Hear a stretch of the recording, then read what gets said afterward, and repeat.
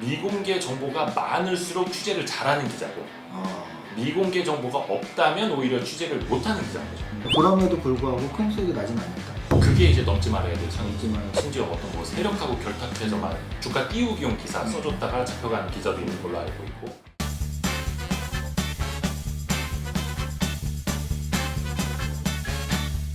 안녕하세요, 이정유 세무사입니다. 오늘은 외부 고수 중에 고수라고 알려져 있는 기자님을 모셨습니다. 제가 사실은 예전에 기자님이 운영하시는 채널에 출연한 적도 있고요. 근데 제가 오늘 모셨는데요.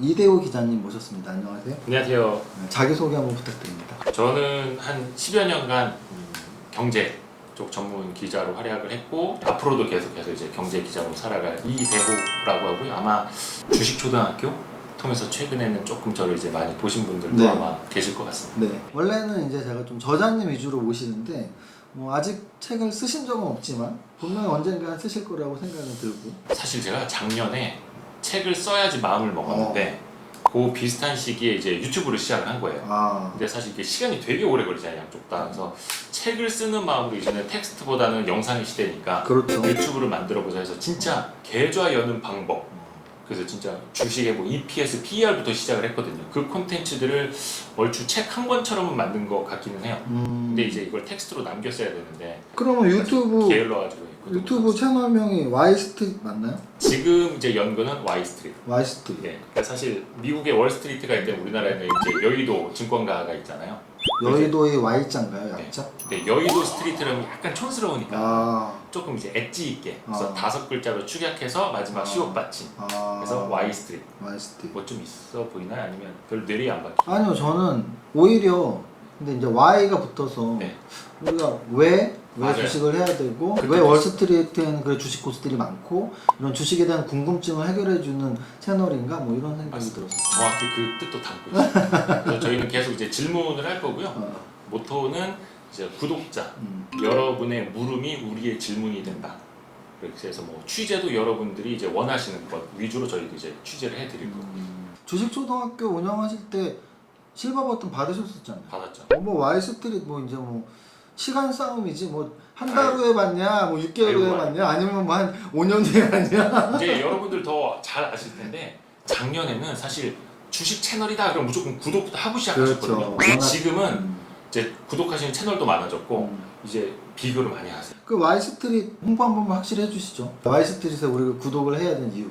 주식초등학교는 사실 그 머니투데이 방송 회사 채널이었는데 그렇죠. 약간 이제 개인 채널인 것 같은 회사 채널로 이제 제가 회사에서 말 안 하고 회사 채널을 만든 거였어요. 처음에 1년 동안 단 한 번도 제 주변 사람들도 그렇고 구독해달라, 좋아요 눌러달라 한 번도 없습니다. 왜냐면 와이스트릿도 저희도 앞에 이제 문구를 달기는 하는데 진짜 좋을 때 좋아요를 눌러주고 구독할 만한 가치가 있을 때 구독해달라. 너무 좋다. 빨리 가서 그래서 눌러야겠다. 진짜 가치 투자, 가치 구독. 그래서 진짜 안 좋으시면은 싫어요 누르셔도 되고 예, 이거 구독할 만한 가치 없는데 그럼 그냥 콘텐츠 하나만 보고 나가셔도 되고 냉정하기 전에 시장에서 평가받아야 된다고 생각을 하는 어떻게 보면 좀 시장주의자 그렇습니다. 하나 궁금한 거 우리가 이제 뭐 방송국에 있는 아나운서들도 네. 뭐 전직을 하거나 또는 뭐 프리랜서 선언을 하거나 하면 뭔가 계기가 있는 거죠. 그렇죠. 궁금한 건 머니투데이라는 곳에서 또 주식초등학교를 이렇게 일구셨는데 새롭게 출발하는 이유는 뭘까요? 저는 이제 옛날부터 하고 싶은 게 있었어요.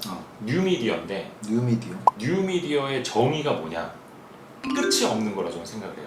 한계가 없는 거, 틀이 없는 거, 무엇이든 할 수 있는 제 마음대로 한번 미디어를 해보고 싶다는 생각이 옛날부터 막 꿈틀대고 있었거든요. 근데 그게 어떻게 이제 좋은 분들을 만나서 FM 가이드에 투자도 받았고 그래서 좋은 계기가 돼서 이제 실행을 하게 된 거죠. 그리고 새로운 출발을 하는 입장에서 좀 약간 잔뜩 기대에 부풀어 있고 뭐 그런 느낌도 좀 들어요. 그렇죠. 기대도 부풀어 두려운 있고 것도 좀 있고. 두려운 것도 있고 사실 이제 제로에서 시작한 거다 보니 사실 주식 초등학교 할 때는 구독자 10만 명 금방 모으는 줄 알았어요. 근데 다시 나와서 제로에서 시작을 하니까 10만 명이 장난이 아니더라고요. 빨리 우리 구독자분들 가서 구독 좀 하고. 자, 이제 그럼 이제 기자로서의 일에 대해서 집중적으로 한번 질문해 보겠습니다. 기자라는 삶을 저는 살아본 적도 없고 구독자분들도 대부분이 잘 모르실 텐데 기자분들은 하루 일과가 어떻죠? 단순해요. 만나고 듣고 쓰고 또 만나고 이거의 무한 반복이에요. 사실 9시 출근하는 기자는 거의 없을 거예요. 예, 이제 보통 한 8시 정도에는 이제 출근하는 걸로 하는데 일찍 일어나는 새가 뭐라도 더 잡아먹듯이 저 개인적으로는 한 10수년간 한 7시 출근. 그래서 아침에 스크랩 기사 쫙 보고 막 여러 언론사 거 다 보고. 근데 제일 중요한 거는 만나는 거. 만나는 거. 점심에도 만나고 저녁에도 만나고 하루에 통화는 한 최소한 1, 20통은 하고. 통화는 1, 20통, 만나는 건 두세 명? 세네 명? 2명 이상은. 예. 그러니까 사실 하루에 2명 이상을 만나고 5통 이상을 하면 기자로서 취재거리가 떨어지지 않거든요. 영업의 달인이 그 그러니까 말씀하셨거든요. 사실 기자도 영업이랑 똑같아요. 하루에 전화 10통하고 네. 10통하는 사람 중에 2명만 만나면 영업에서 실패할 수 없다. 맞아요. 그거예요. 그러니까 사실 기자들도 사람 상대하는 일이기 때문에 그 또 늦게까지 술 먹고 진탕 취해서 마지막에 어깨동무하고 형동생하고 끝내는 이유가 영업하시는 분들은 이제 영업하기 위해서, 기자들은 뭐 하나 더 듣기 위해서, 취재거리 하나 더 얻기 위해서 하는 거거든요. 그 무한 반복이에요. 어찌 보면 좀 딱딱하고 재미없을 수도 있는 네. 경제부 기자 생활을 되게 오래 하셨는데 네. 그 중에서도 구체적으로 또 분야가 있었습니까? 그렇죠. 그러니까 기자들은 출입처라고 해서 네. 보통 한 2년, 3년마다 도는데 돌아가요. 처음에 한 증권부 생활부터 시작을 해서 증권부. 뭐 기획재정부, 고용노동부, 농민부, 뭐 한국은행, 시중은행, 또 산업 쪽은 뭐 유통, 뭐 이렇게 돌고 돌다가 3, 4년 전에 다시 이제 증권. 그래서 거의 기자 생활의 한 3분의 1 이상은 이제 증권 쪽을 출입을 했던 것 같아요. 증권적 출입한다는 얘기는 어디를 구체적으로 출입하는 거예요? 아, 이게 참 출입이라는 표현이 기자들하고 국정원이 많이 쓰는 표현이에요. 국정원 직원들이 이제 출입한다 그러니까 내가 맡고 있는 영역, 맡고 있는 영역이니까 증권부라면 이제 한국거래소부터 시작해서 유관기관들, 증권사들, 자산운용사, 뭐 투자자문사, 그다음에 뭐 개인 전업 투자자들 다 이 만나는. 그런데 사람들을 만나는 그렇죠. 게 이제 경제부 기자, 특히 증권부 기자 일이다. 네. 아 근데 이거부터 먼저 물어보고 싶어요. 경제부 기자님, 증권부 기자님들은 직접 투자가 제한이 있나요, 없나요? 할 수는 있는데 할 수는 있다. 해서는 안 되는 선이 있죠. 그게 법적으로요? 사실 그 증권사나 네. 자산운용사 같은 금융회사들은 네. 그 내부 안에 컴플라이언스 조직이 거기 있어서 있죠. 네. 계좌도 등록해놓고 네, 네. 가족 계좌까지 등록하고 그렇죠. 신고하도록 돼 있잖아요. 사실 언론사는 그만큼의 까다로운 컴플라이언스는 없어요. 없다. 그래서 이제 내부 규정이 있고 내부 규정. 그거를 지켜야 되고, 사실은 어떻게 보면은 개인의 양심 또 직업 윤리에 따르는 것들이 어떻게 보면 더 많아요. 근데 할 수는 있는데 넘어서는 되지 않는 선은 있죠. 넘어서는 안 될 선에서 한다고 치면 네. 증권부 기자분들은 수익률이 좋나요? 아니 근데 사실 부류도 다 똑같아요. 일반인들처럼 똑같이 막 정보 매매하려는 사람도 있고 진짜 스터디에서 같이 투자하려는 사람들도 있고, 그래서 똑같이 이제 줄을 세울 수는 없는데, 우스갯소리 그런 얘기 있어요. 옛날에 뭐한 10수년 전에 금융감독원에서 기자들 계좌를 까봤다. 근데 이건 확인이 된 얘기는 아니에요. 까봤는데 딱 수익률을 보고 잡아갈 사람이 없다. 에라이 새끼들아 이러면서 누구 좀 잡아갈까 까봤는데 얘 다 손실이네 뭐 이런 거예요. 그러니까 원체 이제 듣는 말만 많고 아. 그걸 이제 자기 걸로 소화를 못하는 사람들도 많고. 아니 그럼 듣는 말이 많다고 지금 바로 본인의 입으로 말씀하셨는데 거기서 말하는 듣는 말이 제가 뭐 강연회 때 늘 말씀드리는 공개된 정보, 예를 들어 뭐 다트 사이트 또는 증권사 리포트 이런 거는 사실 듣는 말이 포함시킬 필요도 없잖아요. 누구나 그렇죠. 다 읽을 수가 있으니까. 그러면은 누구나 보지 못하는 듣는 말을 많이 들으시나요, 진짜로? 야, 이건 극비야 뭐 이러면서 말씀하시나요? 그런 경우도 있어요. 그래요? 타사 신문 방송에 나온 거 공시된 거는 사실 더 이상 뉴스거리가 그렇죠. 아니잖아요. 그건 공개된 얘기할 거니까. 필요가 없죠. 그러니까 보면 사실 되니까. 기자들은 그 내면에 있는 거, 그 앞단에 있는 것들을 취재하러 다니는 사람들이고, 그래서 그걸 이제 미공개 정보라고 하는데, 미공개 정보가 많을수록 취재를 잘하는 기자고, 미공개 정보가 없다면 오히려 취재를 못하는 기자인 거죠. 누구나 다 알지는 못하는 네. 정보를 먼저 어쨌든 입수를 하는 건데 네. 그거로 직접 투자를 하시면 수익이 좀 더 날지 안 날지 궁금한데, 아까 이미 말씀하신 것처럼 그럼에도 불구하고 큰 수익이 나진 않는다? 그게 이제 넘지 말아야 될 선이죠. 넘지 말아야 될 미공개 정보 이용을 했다가 예전에 제가 알기로는 잡혀간 기자도 있는 걸로 알고 있어요. 심지어 어떤 뭐 세력하고 결탁해서 막 주가 띄우기용 기사 써줬다가 잡혀간 기자도 있는 걸로 알고 있고, 그게 넘지 말아야 될 선인 거죠.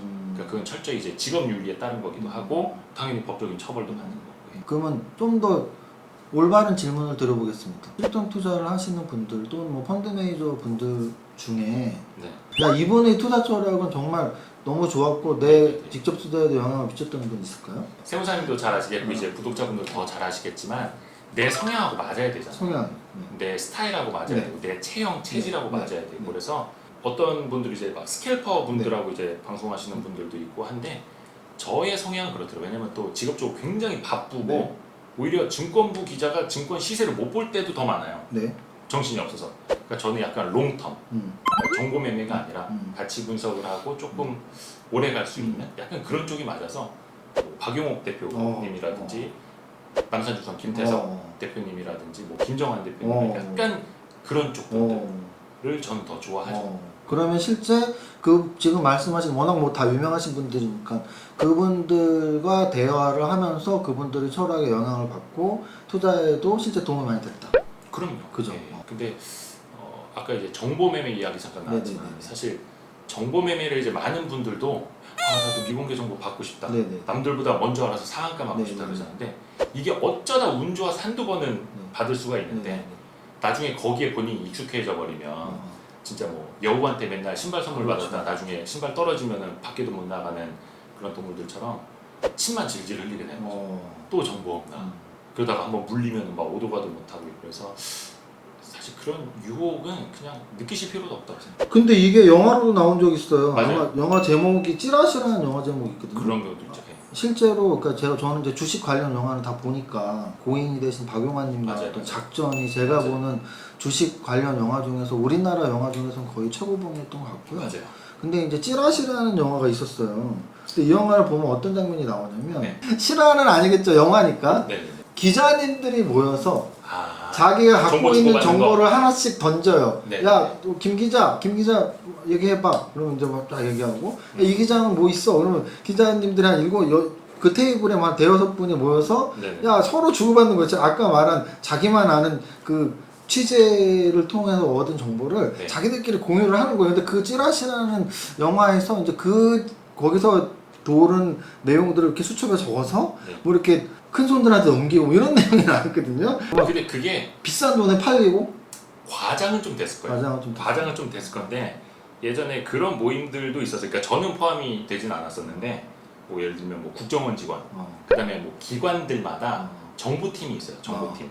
그러니까 자기네 무슨 뭐 이사장이나 원장이나 사장한테 정보를 직보해야 되잖아요. 그 사람들 정보에 민감하고 대외적으로 이제 활동을 하면서 써먹어야 되니까 그래서 내부적으로 정보를 수집하는 팀이 있어요.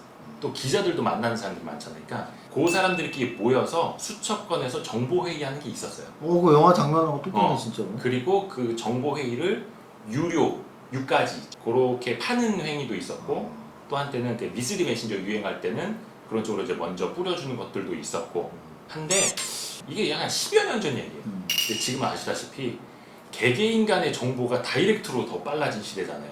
어디를 모여서 뿌려지는 게 그렇죠. 아니라 그러다 보니까 이제는 그런 정보지 이런 것들도 거의 많이 사라진 것 같아요. 텔레그램에서 주고 받겠죠. 더 빨라졌죠. 예. 알겠습니다.